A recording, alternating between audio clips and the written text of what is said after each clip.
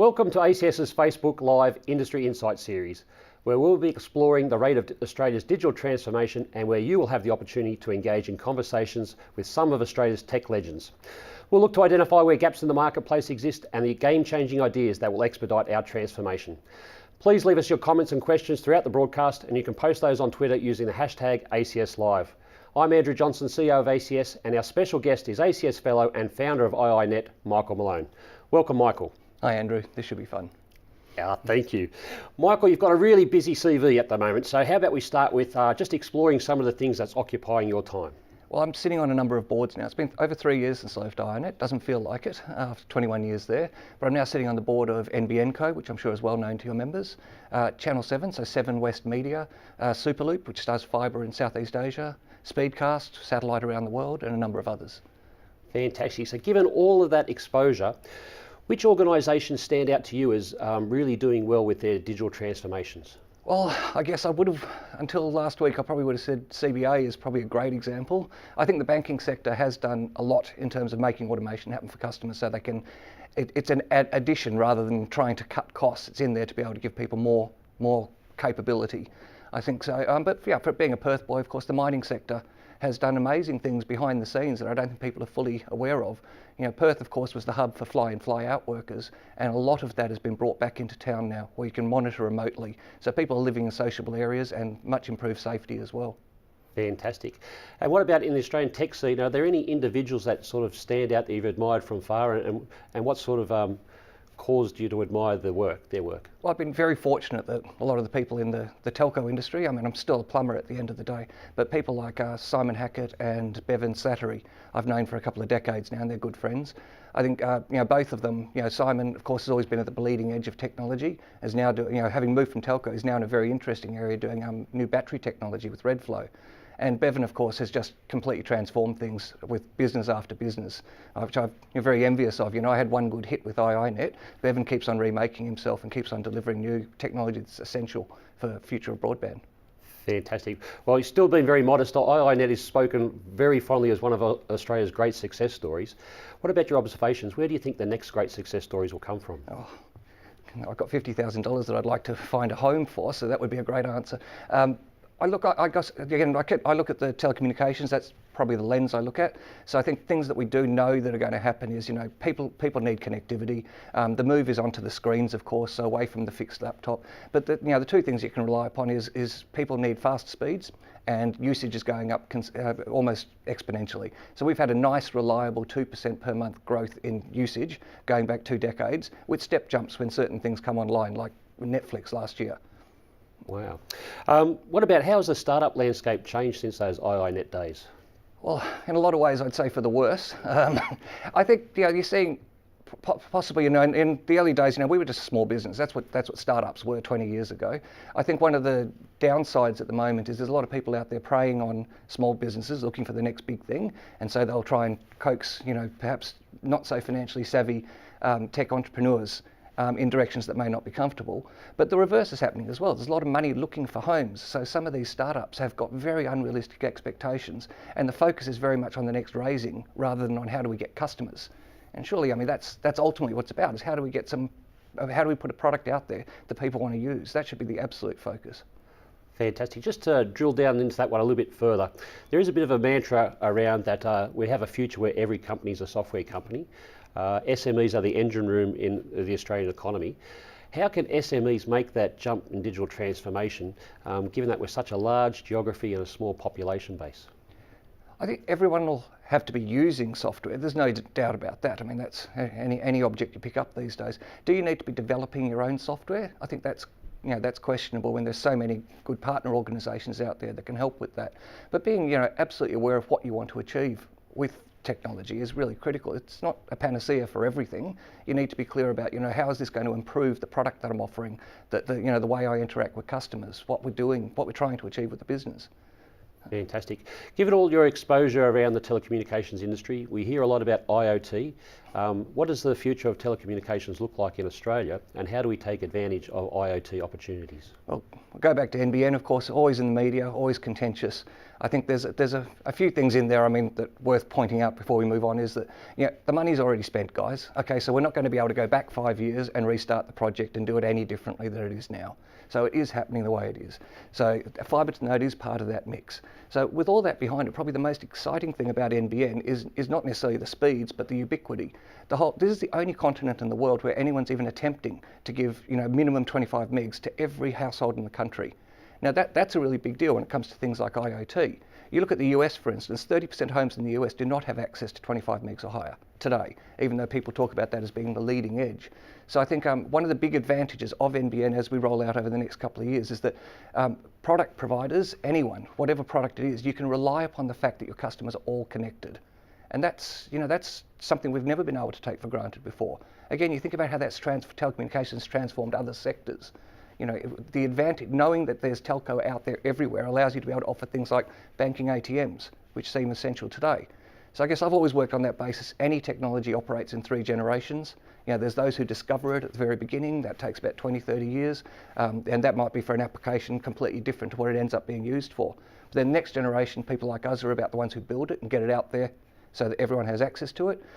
The next generation we're in now, I think, is probably the most interesting, which is, okay, it's out there, the technology is available, how are we going to use it?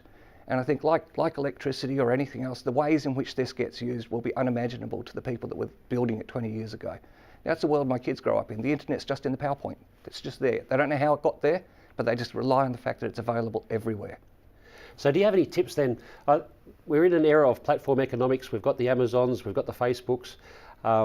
Those small to medium enterprises who are looking to take their products or services to a global marketplace, they can plug in, but any tips on how they can go about tackling a global audience? Well, it's the customer, stupid.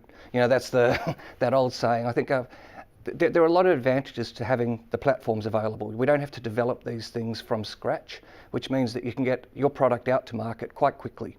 And there's a lot of advantages in saying we've got a global market. The problem is you've got global competitors as well.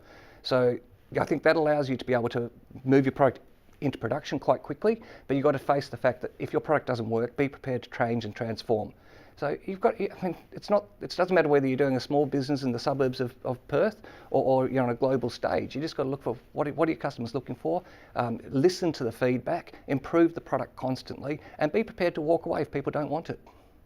So in that environment, when you're tackling a global audience and you need to listen to your customers, how do you get access to that insight of people in different countries, people in different verticals?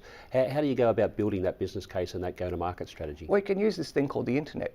So it's, really, there's plenty of ways, but you need to seek feedback from customers, and that means seeking complaints. I think, I find people look at things like social media and say, I don't want to go onto social media because it's all just complaints. Yes, it is, and that's extremely valuable if you can get on there and find out, how can we improve the product, what can we make better? So you've got to get out there and listen, and it comes down to, it's like, in the old days, people would complain to the checkout, the assistant at the checkout. Today, and the people in the boardroom would be not hearing that feedback at all. It's still happening. People are still saying they're not happy with your product.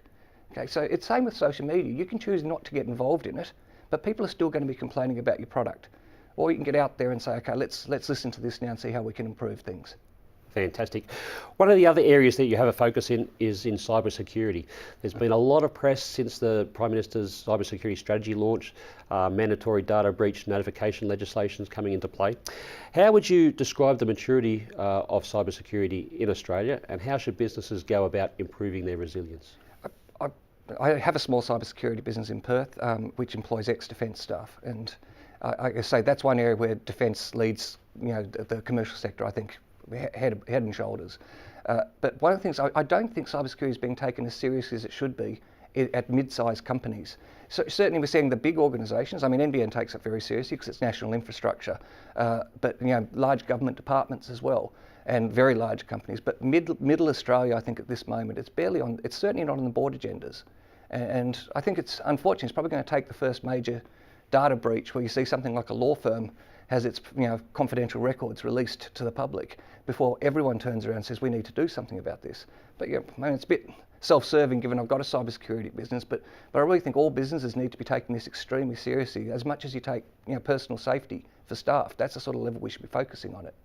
And how quickly can we turn around infrastructure to support? So for example, there's a lot of cyber roles that are advertised requiring 5+ years experience, but the lag of university qualifications being cyber specific, or in the vocational education system in TAFEs bringing the pipeline of future cyber workers through, isn't quite there at this stage.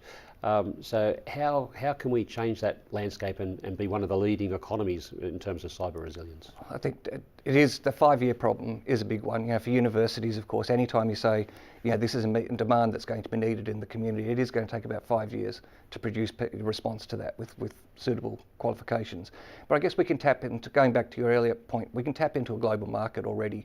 So we can utilise overseas organisations to be able to help us in the short term and start getting penetration testing, analysis of the networks and so on. But I do think there's plenty of capacity out there that'll follow the demand as well. There's a lot of deep experience in ACS, but in the technical community back into the 70s, Australia has led in these areas.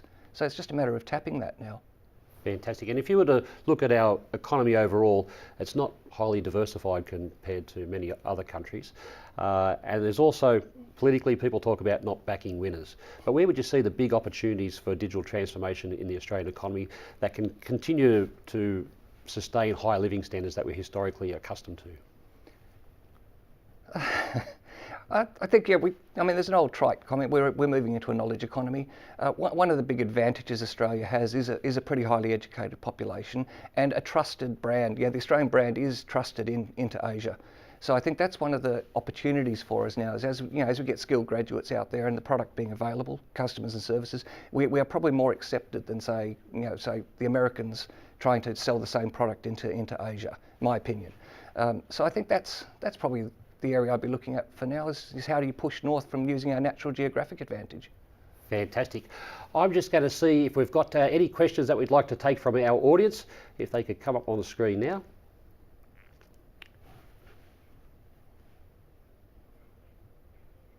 One question comes from Matthew on Twitter. Matthew asks, what do you think is the future of the internet in Australia, and is the traditional ISP model dead?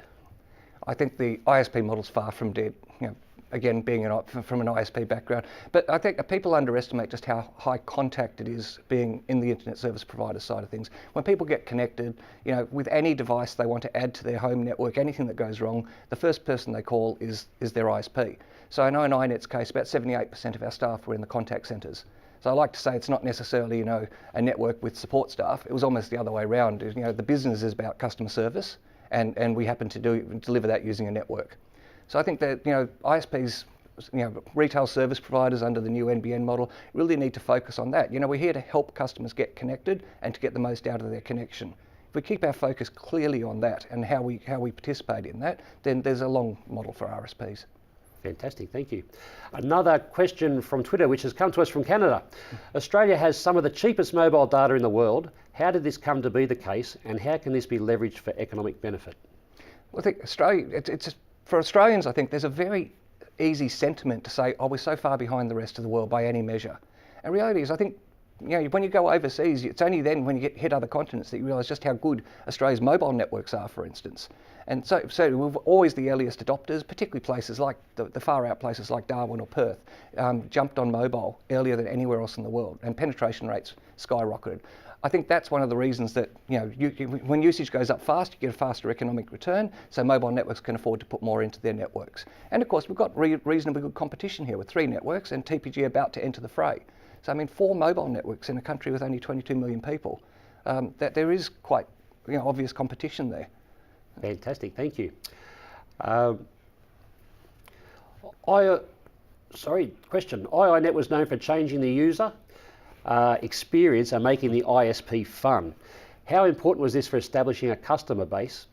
And iiNet also made their own hardware. How important was this in emerging technology? I thought you were saying we changed the users, which, no, the user experience was obvious. I came from a small business background. My parents, both my brothers, run their own business. So I guess we were always focused from day one on on how to deliver good customer service. And I guess the values, an easy term thrown about, but the values of iiNet were about innovation and customer service. So, innovation's a really good brand, a value to have, but of course it means you've got to keep on innovating. You've got to keep on trying new stuff. Perhaps because of that, one of our customers self-selected that it was reasonably easy to try new stuff out, even understanding that it wasn't perfect and ready for market yet. Hardware was a good example of that. When we started doing it, the reason we did it is because we had our own DSLAMs nationally, our own infrastructure at the exchanges, but the global manufacturers of equipment couldn't customise it for the Australian environment alone. So we decided, well, we need to do that to be able to get the best experience here in Australia. After I left, of course, iiNet decided not to do that and went with Netcom, which is another Australian company that's delivering manufacturing modems here for the Australian market. So that was really important. But I mean, fundamentally, it just came down to if you're going to be innovative, you've got to get out there and try new stuff all the time. And a lot of it failed, but it was a hell of a lot of fun. I mean, that was one of the big things about working there. Is every day you came in excited, and that I think any business should be like that. We spend too much time at work or going to work. That's one of the advantages in the Australian economy with very low unemployment is if you hate your job, fuck off. Just get out there and try something else. We have a wonderful opportunity that's not going to be there forever. Fantastic. So you touched on customer experience and innovation. Not touched on, very detailed answers, so thank you. What about just a broader observation of the innovation landscape in Australia, and how can we harness our resources to encourage greater innovation? I think if there was one attribute that Australian business could benefit from, it would be more self-confidence. There is plenty of innovation out there in the Australian landscape. There's lots of smart people. What we don't seem to have is this belief that Australian products are of global standard. And they really are. We're operating with good infrastructure already. We mentioned the mobile networks. I think NBN's going to shift things as well. But there's this opinion that, we can't deliver a great business in Australia because we're so far behind. We're not. Let that go. Australians have great ideas, and the world is out there ready to accept those ideas from Australian businesses. Fantastic, thank you. Another question from our audience. We hear about advances in artificial intelligence and big data. How will this benefit the individual user in Australia now and into the future? Great question. One of the businesses I'm involved in is called Barristers Chambers Limited. It's fundamentally a property management group, but it's providing facilities for all the barristers in Victoria, well, 85-90% of them. So these are some of Australia's smartest minds in the legal fraternity, of course, and they're looking at how they can use AI, artificial intelligence, to increase access to justice over time.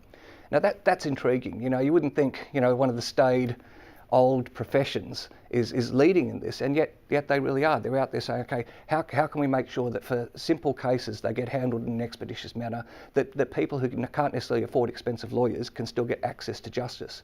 And AI has the ability to disrupt this. It's not simple algorithms anymore. It's about how can we learn from previous precedents and be able to say, predict how your case is likely to turn out, or to even to be able to decide on simple cases or complex ones. I mean, the Netherlands is a great example where they're providing for divorce cases. They'll provide both parties will submit all their information about what their particular situation is under observation, and then it comes up with up to 3 different outcomes out of 45 to 50 predetermined ones. Now, in about 85% of cases there, people are just choosing the one that comes out there and saying, that'll work for us.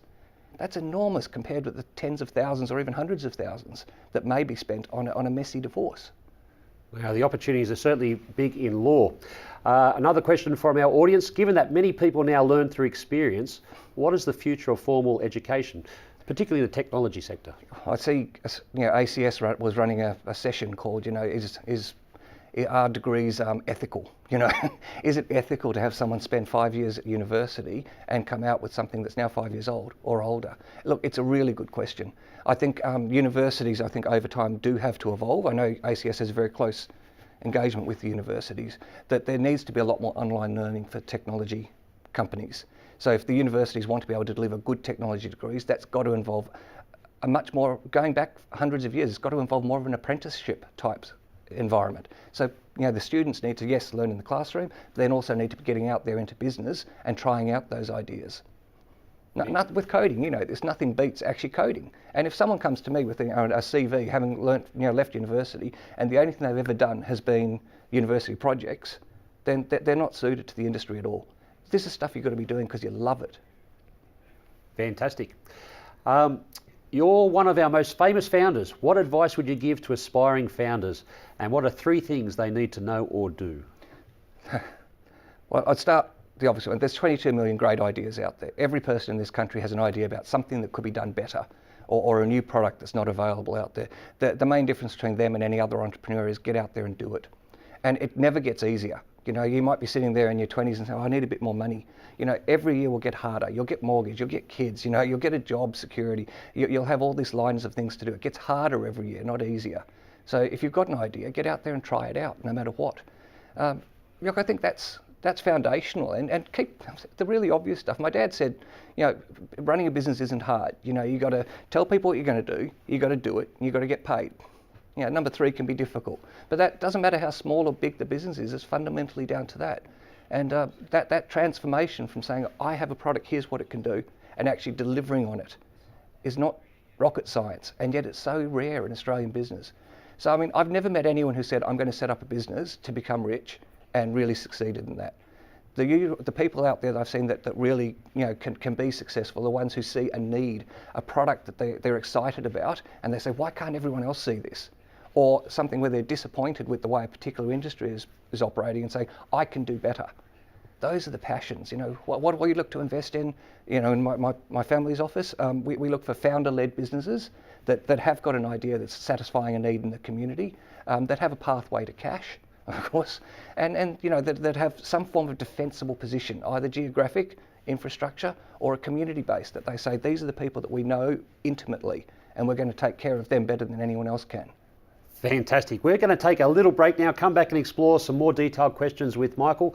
Please stay with us. We'll answer more of these questions and yours after this short break. You have to embrace technology. It's going to empower you, and technology will empower the ideas that will change the world. The biggest thing that's going to set apart those who will benefit most from technology is curiosity.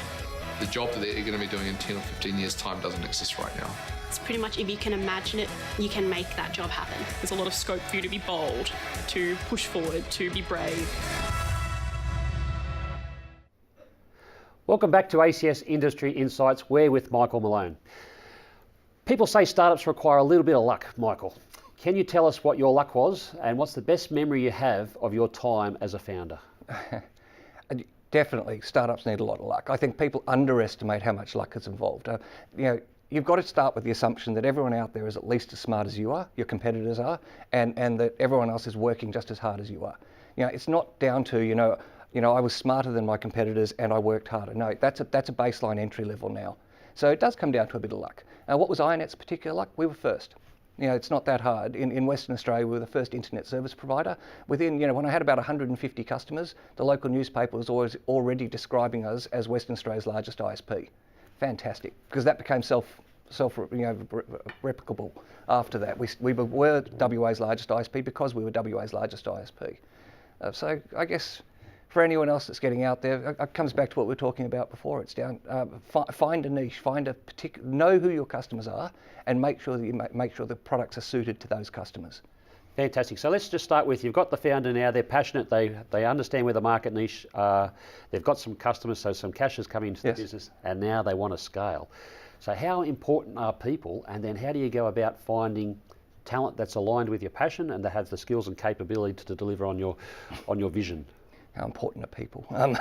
It's key, clearly. I do find a lot of people out there, and I haven't found a good answer to this, where they're saying, you know, we have a great product, and what we're looking for is a CTO and a startup land, and, you know, possibly with the opportunity for equity. How do you find that person? You know, when you're working with other coders, you know who's a good coder and who's not, but it's very hard to sort of determine that during an interview process. So yeah, clearly it's, you know, important to be able to find the right people, but there's no magic formula to it. You've got to, you know, the skill set, and you'll learn more from a CV than you will from an interview, because in interviews you'll tend to find we're just looking for alignment, things that we both believe in together. Whereas, you know, the CV will tell you what they've actually done, and you should be able to test that rather than say, do we go for the same football team? But, you know, after that, unfortunately, it's about, you know, you've got to bring people in, try them out in that role, and then if it doesn't work for both of you, be prepared to part. But there's no easy answer to finding good people. And what about timeframes? How do you know when someone's a good fit or when they're not a good fit? Certainly, I'd say when it comes to fit, if I look at the senior people reporting to me in iiNet over decades, probably 75–80% of them would have left the organisation due to poor fit, not to poor performance. So I think, but it's very, particularly in some of the softer roles like marketing or HR, it's very difficult to be able to work out up front if someone's going to work well in your organisation. But again, it's one of those things, you know it. And the biggest dilemma for any manager, I suppose, is when you've got a top performer who's a poor fit. If you've got a top performer who's a great fit, easy, we're all happy. If they're good fit but poor performer, you sort of make sure that you can help them become a better performer. But when you've got someone who's a real star performer but doesn't fit for your organisation, you've got to get rid of them. And that's really hard. Thank you. Josh on Facebook, what advice do you have for a small business where everybody wants broadcast quality on an iPhone budget?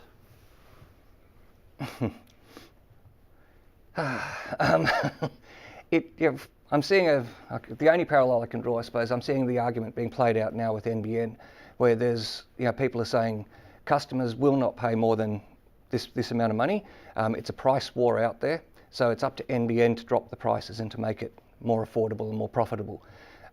Against that, other organisations like Aussie Broadband or Telstra are out there delivering a high quality product with enough capacity, marketing it well, and making sure that, but charging a little bit more for it. And guess what? That's actually working. So while the smaller guys argue that this is all about price, the ones who are saying, well, it's not completely about price. If we deliver a good product, they're the ones who are winning this. Telstra's moving 43% market share to 55 now. And that's fundamentally down to the fact they're out there not worrying too much about the headline price, just saying, what's it going to take to deliver the best possible product for customers? Fantastic. David, also on Facebook, what government resources are available to me as a sole trader ICT startup to help build a reputation in the industry? Oh, I don't know. Really a starting point. I'm aware of there's certainly support from the federal government for organisations that are looking to move across into the US. So if you're looking to establish in Silicon Valley, New Zealand has had a trade mission across there that helps IT companies starting across there, and Australia has, and that's been very successful. So Australia's replicating that. But here I know we're in Sydney. I'm aware Jobs New South Wales is one of your future interviewees on this. It provides a lot of facilities and support for startups. Really, it's about going out there and asking what's available. I mean, we had the Small Business Development Corporation when I was starting up in WA, and they provided us a lot of support about things that I had no idea about, from registering business names, to what regulations are required around starting staff or payroll tax. They were available. The local chambers of commerce are very good as well, and of course, I'm sure the Australian Computing Society would help. Fantastic, thank you.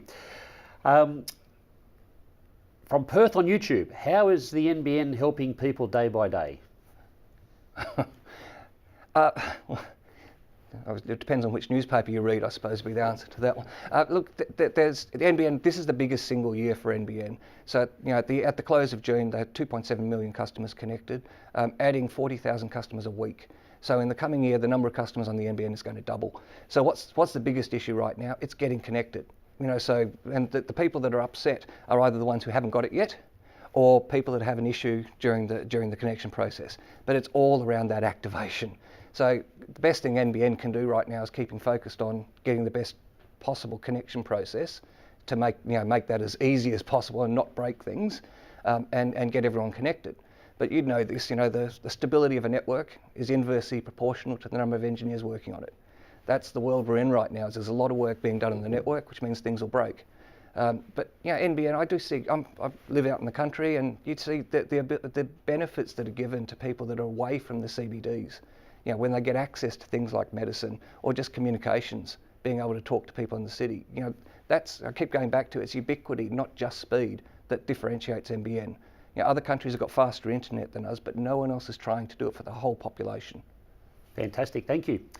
Going back to your personal experience, how do you make the transition from being a founder to a person who mentors the founder? How important is this?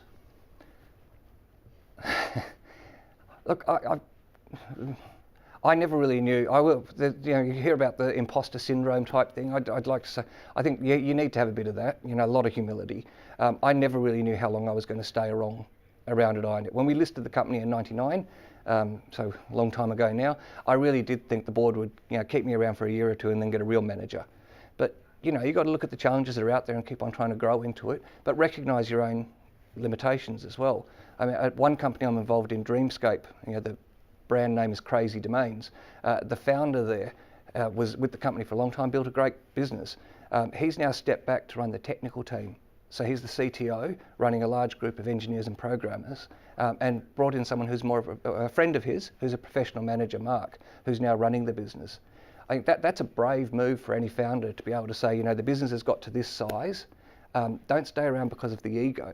The reason you stay around is because you're still the best person for the job. And if you're not, go and focus on the other stuff. It's also down to what you love doing too, isn't it? I mean, a lot of the reasons we bought up other companies through, with iiNet was because the founders had reached a point where they weren't enjoying it anymore. They didn't like, dealing with all the staff issues or managing finances. They loved the early days, but didn't love this stage. They were smart enough to be able to say, now's the time to exit and find something else to focus on. Fantastic, thank you. Final question for Michael. What is the future of disruption? Good question. 3 predictions for the next 5 years. Thank you. I guess I'll go back to the basic rules for communications, is that people want higher speeds, people use more data, and for retail, it's always about how people communicate. So the next big step jumps have always been about ways in which we can share things. So it was, back to sharing, being able to talk to each other, email, step jumps into, at the moment, things like movies and video, social media. Those things have always caused a big uplift. In business, if you're part of a long supply chain and you're in the middle of that, disintermediation is also one of the factors in the future. Your business is probably quite fragile.